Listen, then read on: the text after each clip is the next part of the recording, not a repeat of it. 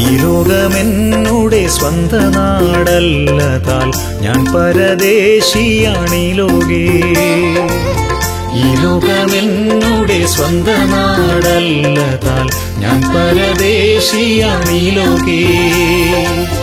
N സ്വന്ത ദേശമാം സ്വർലോകത്തേക്കു ഞാൻ യാത്ര ചെയ്യും വഴി ഈ ലോകയാത്രയിൽ അല്പകാലം വസിച്ചിടുന്നു. ക്രിസ്തുവിന്റെ വലിയൊരു നാമത്തിൽ വന്ദനത്തെ അറിയിക്കുന്നു. ഈ പാസ്റ്റേഴ്സ് ആൻഡ് ലീഡേഴ്സ് കോൺഫറൻസിൽ ആദ്യ പകൽക്കാലം അല്ലെങ്കിൽ രണ്ടാമത്തെ സെക്ഷനിലേക്ക് കടന്നു വരുവാൻ വലിയവനാരെയും ഇടയാക്കിയതോർത്ത് ഞാൻ ദൈവത്തെ സ്തുതിക്കുകയും മഹത്വപ്പെടുത്തുകയും ചെയ്യുന്നു. നമ്മുടെ ഫാമിലി കോൺഫറൻസുകൾ നടക്കുന്ന സമയത്ത് പാസ്റ്റേഴ്സിന് വേണ്ടി ഒരു പ്രത്യേക സെമിനാർ പോലെ അല്ലെങ്കിൽ ഒരു ക്ലാസ് പോലെ നടത്താറുണ്ട്. ഏകദേശം 13 വർഷങ്ങളായിട്ട് അത് ചെയ്തു വരുന്നുണ്ട്. എന്നാൽ അതിനുശേഷമായി നമുക്ക് എൻ്റെ ഓർമ്മ ശരിക്കും 4-5 വർഷങ്ങൾക്ക് മുമ്പ് ഈ ഡാളസിൽ വെച്ച് തന്നെ പാസ്റ്റർ ബൾസൻ എബ്രഹാമിൻ്റെ നേതൃത്വത്തിൽ അവിടെ പാസ്റ്റർ ജോർജ് ശുശ്രൂഷിക്കുന്ന എബ്രോഡ് ചർച്ചിൽ വെച്ച് ഒരു കോൺഫറൻസ് നടന്നു. അത് വളരെ അനുഗ്രഹമായിരുന്നു. അത് കഴിഞ്ഞ് ചില വർഷങ്ങളായിട്ട് ഇത് നടക്കാതെ ഇരിക്കുകയായിരുന്നു. എന്നാൽ ഇങ്ങനെ ദൈവദാസന്മാരുടെ ഹൃദയത്തിൽ ഒരു ആഗ്രഹമുണ്ടാക്കുകയും ഈ മിഡ് വെസ്റ്റ് റീജിയൻ്റെ ഉത്സാഹത്താൽ ഇവിടെ നടത്തുകയും ചെയ്യുന്നവർക്ക് ദൈവത്തെ സ്തുതിക്കുന്നു. എല്ലാ റീജിയനും കൂടെ ചേർന്ന് നടത്തുന്ന ഒന്നാണ്. ഈ സെൻട്രൽ റീജിയനിൽ നിന്ന് പോയിട്ടുള്ളവർ അവരെ കണ്ടില്ല. ബാക്കി എല്ലാ റീജിയനിൽ നിന്നും ദൈവദാസന്മാരും സഹോദരങ്ങളും കടന്നു വന്നിട്ടുണ്ട്. ദൈവത്തെ സ്തുതിക്കുന്നു. ഈ രാവിലെ സമയത്ത് വീണ്ടും നിങ്ങൾക്ക് വന്ദനത്തെ അറിയിക്കുന്നു. 1 മണിക്കൂർ 20 മിനിറ്റാണ് ഇന്നത്തെ ഇവിടുത്തെ സെക്ഷൻ വെച്ചിരിക്കുന്നത്. അതുകൊണ്ട് മുഖവരിയായി ഞാനൊന്നും പറയാൻ താല്പര്യപ്പെടുന്നില്ല. ഇത് ഒന്ന് ലീഡ് ചെയ്യുന്നതെന്ന് മാത്രമേ ഉള്ളൂ. തക്ക സമയത്ത് നിർത്തിയില്ലെങ്കിൽ അടുത്ത സെക്ഷൻ നടത്തുവാൻ വേണ്ടി പ്രയാസമുണ്ടാകും അല്ലെങ്കിൽ താമസമുണ്ടാകുമെന്ന് ഞാനൊന്നും പറയാൻ താല്പര്യപ്പെടുന്നില്ല. കർത്താനദാസൻ ഡോക്ടർ തോമസ് എടുക്കളയാണ് ഇന്ന് partial counselling and conflict resolution എന്നുള്ള വിഷയത്തെക്കുറിച്ച് ക്ലാസ് എടുക്കുന്നത്. അദ്ദേഹത്തെ ഞാനിവിടെ പരിചയപ്പെടുത്തേണ്ട ആവശ്യമില്ല. ബോസ്റ്റൺ എന്ന് ഓർക്കുമ്പോൾ തന്നെ ഓർക്കുന്നത് ഇടുക്കള ഫാമിലിയെ കുറിച്ചാണ്. അദ്ദേഹത്തിൻ്റെ ജ്യേഷ്ഠൻ അവിടുത്തെ പാഷാണ്, ഇദ്ദേഹം അവിടുത്തെ പാഷാണ്. ഈ നാട്ടിൽ കടന്നു വന്ന് ദൈവചനം പഠിക്കുവാനും അതുപോലെ തന്നെ അല്ലാതെ തന്നെ സെക്രട്ടറിയായിട്ട് ഡോക്ടറേറ്റ് ഡിഗ്രി ഒക്കെ കൗൺസിലിംഗിൽ മറ്റു പല കാര്യങ്ങൾക്ക് ഡോക്ടറേറ്റ് ഡിഗ്രി എടുക്കുവാനൊക്കെ പ്രിയപ്പെട്ടതിനെ കർത്താവ് ശക്തി ഞാൻ ദൈവത്തെ സ്തുതിക്കുന്നു. അദ്ദേഹത്തിൻ്റെ ദ്രാവണി മുതൽ എനിക്കറിയാം. അന്ന് കൊല്ലൂരുന്ന സൺഡേ സ്കൂളിൻ്റെ വിഷയങ്ങൾക്കും UAPയുടെ വിഷയങ്ങൾക്കൊക്കെ കുമ്പനാട്ട് അദ്ദേഹം കമ്മിറ്റി അംഗമൊക്കെ ആയിരുന്നു. സൺഡേ സ്കൂൾ പാഠപദ്ധതി ഒന്നാമത്തെ പാഠപദ്ധതി ക്രമീകരിച്ചപ്പോൾ തന്നെ അവരൊക്കെയാണ് അന്ന് പാഠങ്ങൾ എഴുതിയത് അല്ലെങ്കിൽ പുസ്തകം പ്രസിദ്ധീകരിച്ചത്. അങ്ങനെ കർത്താവിന് വേണ്ടി വളരെ അധ്വാനിച്ച കർത്തദാസൻ വിശ്രമിക്കുന്ന കർത്തദാസന്റെ മകനെന്ന നിലയ്ക്ക് അദ്ദേഹം വളരെ ശക്തനായ ഒരു ദൈവദാസനാണ്. അതോടൊപ്പം ദൈവത്തെ സ്തുതിക്കുന്നു. ഒരു കാലത്ത് നമുക്ക് ഇംഗ്ലീഷിൽ ഒന്ന് പരിഭാഷപ്പെടുത്താനോ അല്ലെങ്കിൽ ഇംഗ്ലീഷിൽ കാര്യങ്ങൾ കൈകാര്യം ചെയ്യാൻ ആളില്ലാത്തൊരു കാലമുണ്ടായിരുന്നു.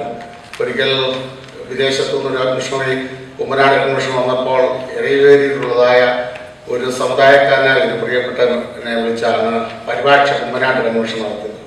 ഇപ്പോഴാണ് പരിഭാഷപ്പെടുത്താൻ എന്നെ വിളിക്കണമേ എന്ന് പറഞ്ഞ് പ്രാർത്ഥിച്ചുകൊണ്ടിരിക്കുന്ന വലിയ വിജയം. അതുപോലെ എല്ലാവർക്കും നല്ല വിദ്യാഭ്യാസമൊക്കെ ആയി വളരെ ദൈവം അനുഗ്രഹിച്ചോ ദൈവത്തെ സ്തുതിക്കുന്നു. ഞാൻ പാഷ മാത്യു സാർ പറഞ്ഞൊരു കാര്യം ഞാൻ അദ്ദേഹത്തിന് അനുഭവം പറഞ്ഞ് ഞാൻ പറയാൻ താല്പര്യപ്പെടുന്നു. ഒരിക്കൽ അദ്ദേഹം ചാടി പരിഭാഷപ്പെടുത്തുവാൻ വേണ്ടി കയറി, സാഹിബിന് പരിഭാഷപ്പെടുത്താൻ കയറി. അദ്ദേഹത്തിന് ആദ്യം സാഹിബ് പറയുന്ന മുഖവരി എന്താണ്. അപ്പോൾ അതൊക്കെ നന്നായി പറഞ്ഞു. വിഷയത്തിലേക്ക് കയറിയപ്പോൾ വിഷയം തനിക്ക് പറയാൻ പറ്റില്ല. പിന്നെ അവിടെ നിൽക്കാൻ പറ്റത്തില്ല, കൊണ്ട് താഴെയാണ് വീണമെന്ന് പറഞ്ഞു പറഞ്ഞ്.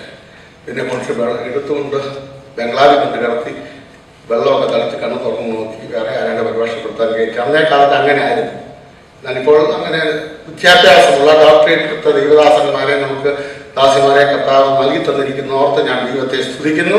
ഇന്ന് കർത്താവദാസൻ തുടർന്ന് ഉള്ള സമയം അദ്ദേഹം ഈ സെക്ഷൻ ലീഡ് ചെയ്യുന്നതായിരിക്കും. നമുക്ക് പ്രാർത്ഥന കൊണ്ടിരിക്കാം. പുത്തൻ അഭിഷേകം പ്രാപിച്ച് ഇവിടുന്ന് താൻ ശിശുടിപ്പാൻ കർത്താവ് ഇടയാക്കട്ടെ. അത് നമുക്ക് എല്ലാവർക്കും നമ്മുടെ സഭകൾക്കും പ്രയോജനമായി തീരട്ടെ. എന്നായി കർത്താവദാസനെ ഞാൻ ക്ഷണിച്ചു.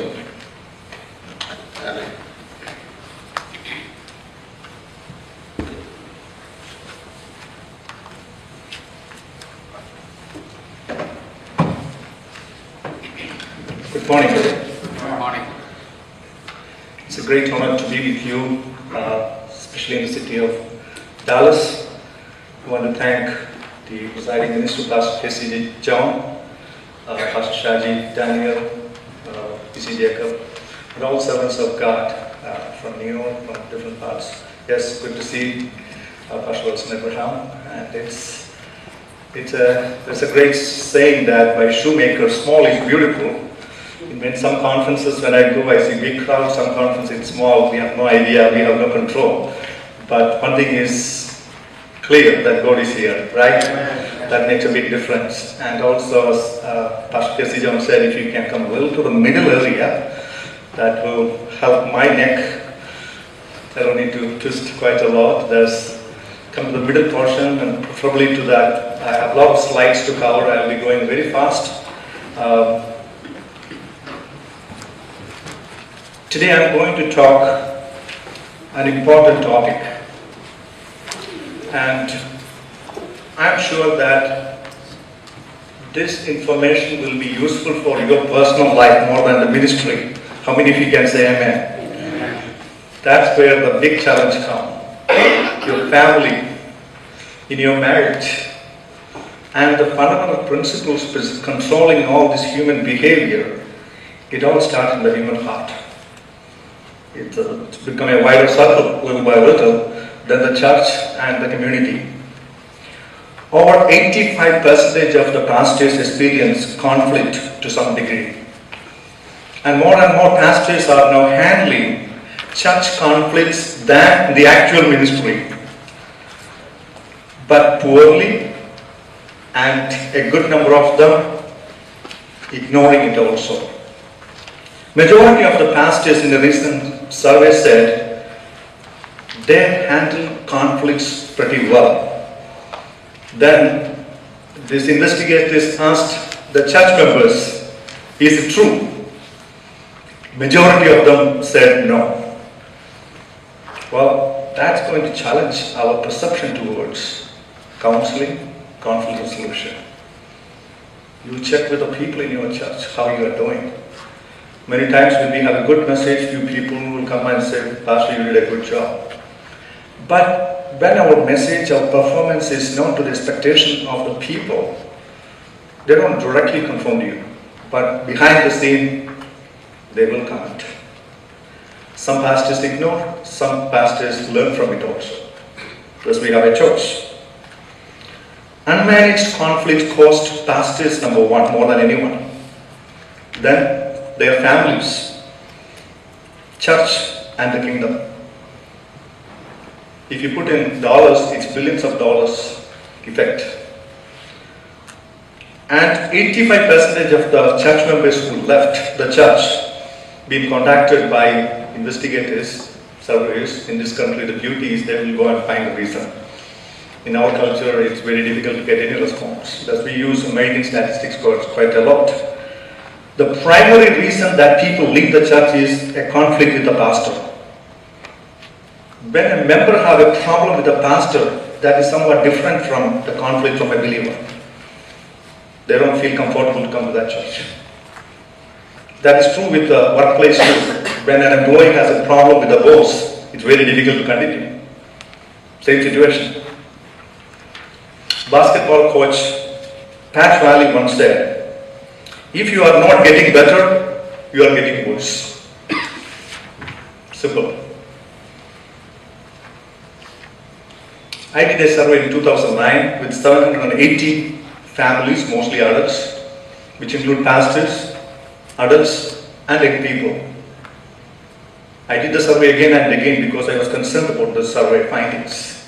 82% of our young people believe that the way we have designed our church and the way we are going to address the issues, we are not going to meet the needs of our future generation. And the response of the adults, 62%. This is first generation, people like you. Then I asked the same question to the pastors. close to 48% of the pastors also are concerned about the future of our church. This is something weird, that there's a concern in our community what is going to happen.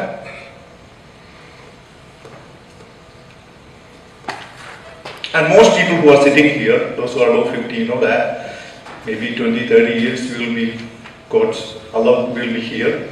After that we are gone. And the productive age may be 2 decades maybe. This is something we have to take seriously. I'm glad that we have a conference, we have some people coming and talking and learning and see what we can do. And even though I have a lot of information to share, I want to give you my message in one sentence so that even if you miss some of the other things, you will leave this place with that one statement. This is taken from a survey, which is more recently published in Journal of Personality and Social Psychology. Argument is very common, especially with husband and wife, pastors and believers, parents and children. That's common. It's very difficult to avoid arguments. That's how you interact with people. We argue.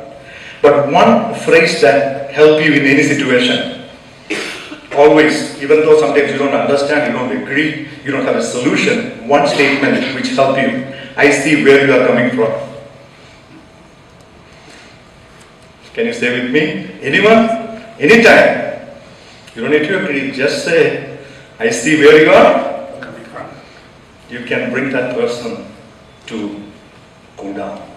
Because we are accepting that loss to our children. Because we need to be very careful when we handle this kind of topics. There is increasing family problems in the Indian community. Second, lack of trained pastors in this area. If you ask an average pastor, most of them are very good understanding with the Bible, with interpersonal skill, but you need a little more training when you deal with complicated situations, especially in the second generation. And increasing evidence of questionable practice in the community. We are going to hear more in the next session about legal side and ethical issues. I'm not going to address that. And moral, ethical, lot of things can challenge us as we, even confidentiality, all those things are very critical. How would you describe the challenges that we are facing today? Well, first there is global crisis. There is an increasing escalation of violence, war. Look at around the world. National level, there is a lot of conflicts happening, which you know very well. And the church level, a form of worship, a lot of conflicts that we are here going to discuss. Family level, separation, parenting issues. And the personal level, people are mad, bad and sad. Nobody's happy. Look at this. This happens very, very often. Marriage rates are dropping. Divorce rates going up. And marriage cohabitation is going up in our community too. And increased dysfunctional families. I would say my conservative estimates is 1/3 of the families are in crisis in our community, which means they need help.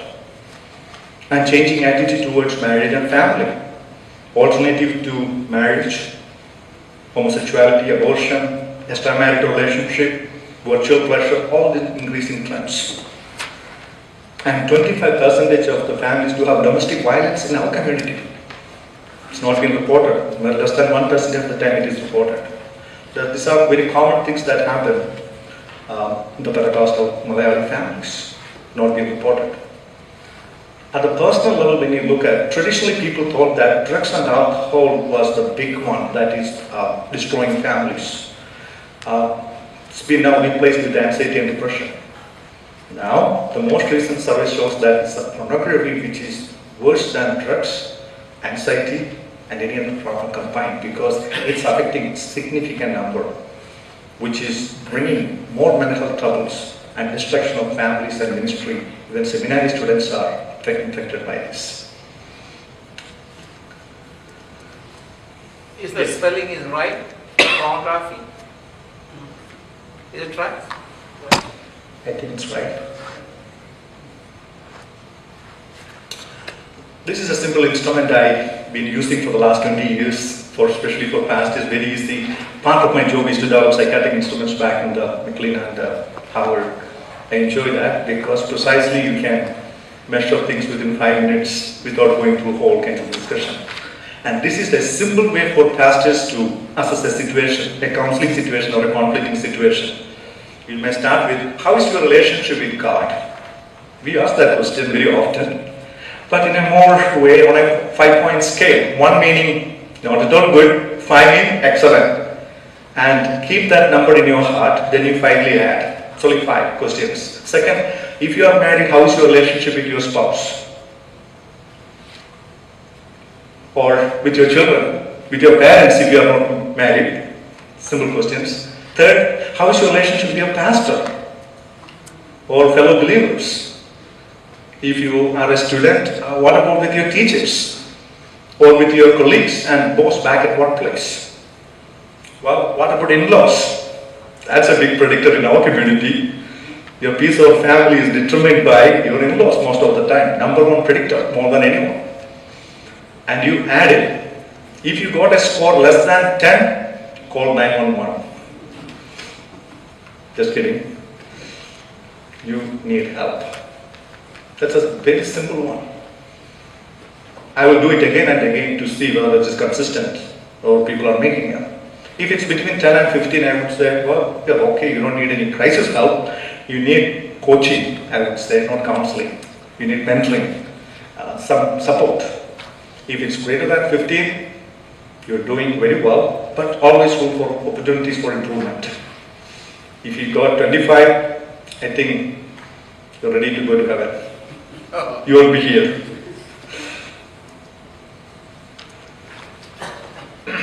What is your viewpoint about counseling and conflict resolution?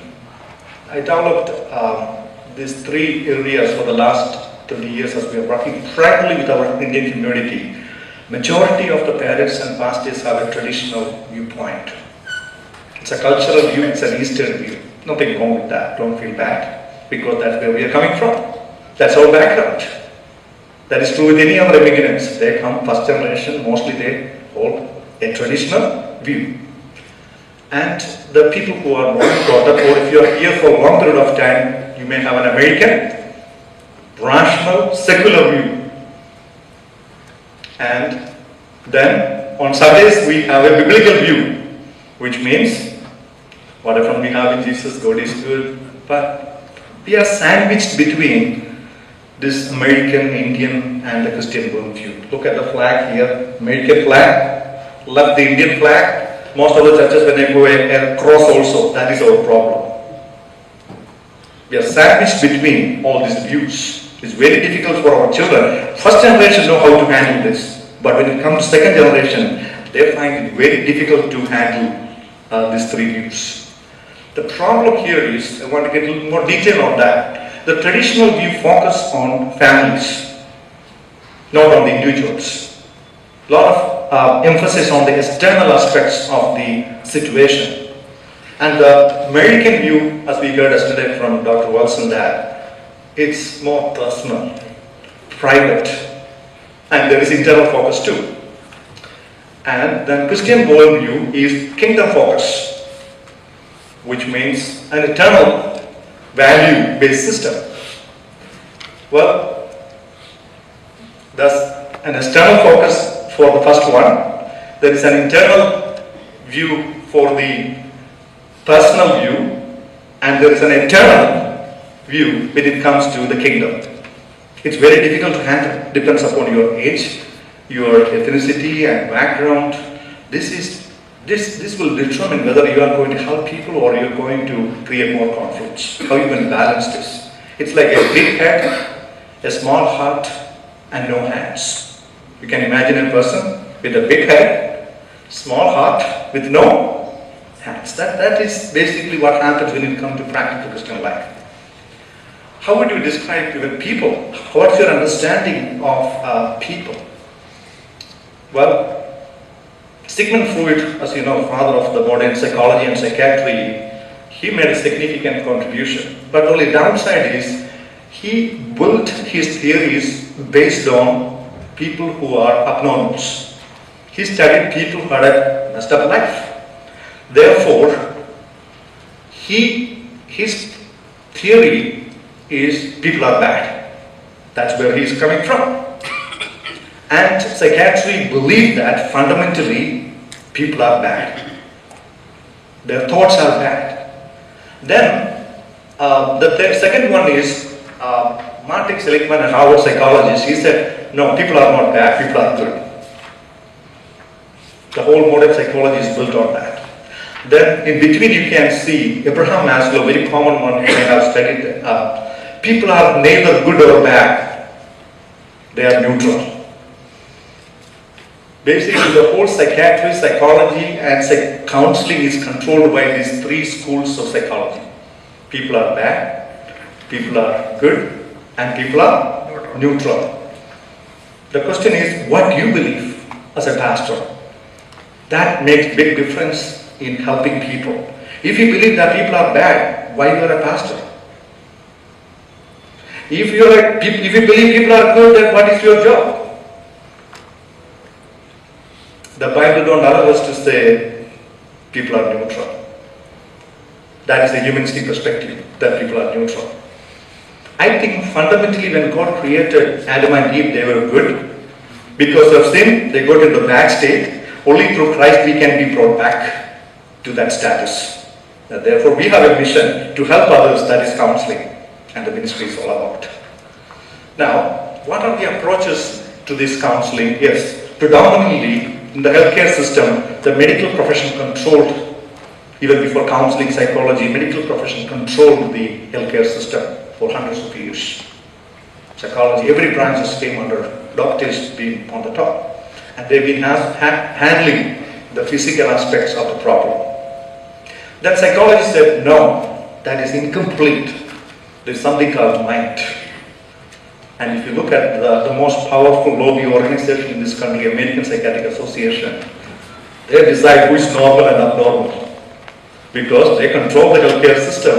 And the labeling of you, whether you're schizophrenic or bipolar, it's been decided by the ICD classification or DSM here, that they decide whether you are normal or not. You have very little control.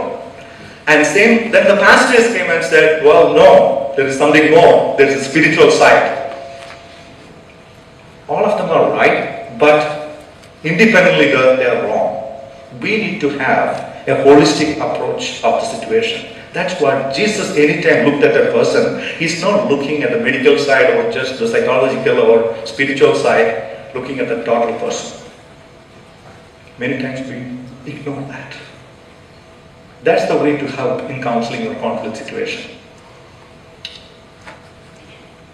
Now, we are designed for good. We all agree that. Pastors have no problem in believing that.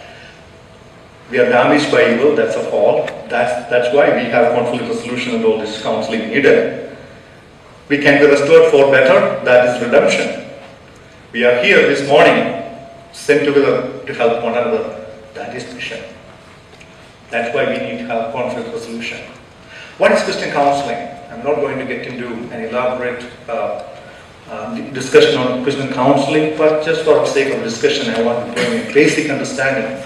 Christian counseling deals with principles of life, family, parenting, marriage, friendships, and why people succeed or fail. Is it helpful? It is a revelation of the life and love of Jesus Christ in helping fellow believers for the better with the use of the Bible and depending on the Holy Spirit. It shows us what is an acceptable behavior or what is not acceptable. You can't discuss those acceptable and unacceptable behavior in the public. But if you call a person privately, very gently, compassionately talk that certain things are wrong and certain things are right, they may listen to you as a pastor. Thus you need to be very careful how you execute your authority with people. And then the Bible lays a framework for in the personal relationship, which is how people within a group system relate to one another, that is in the personal relationship.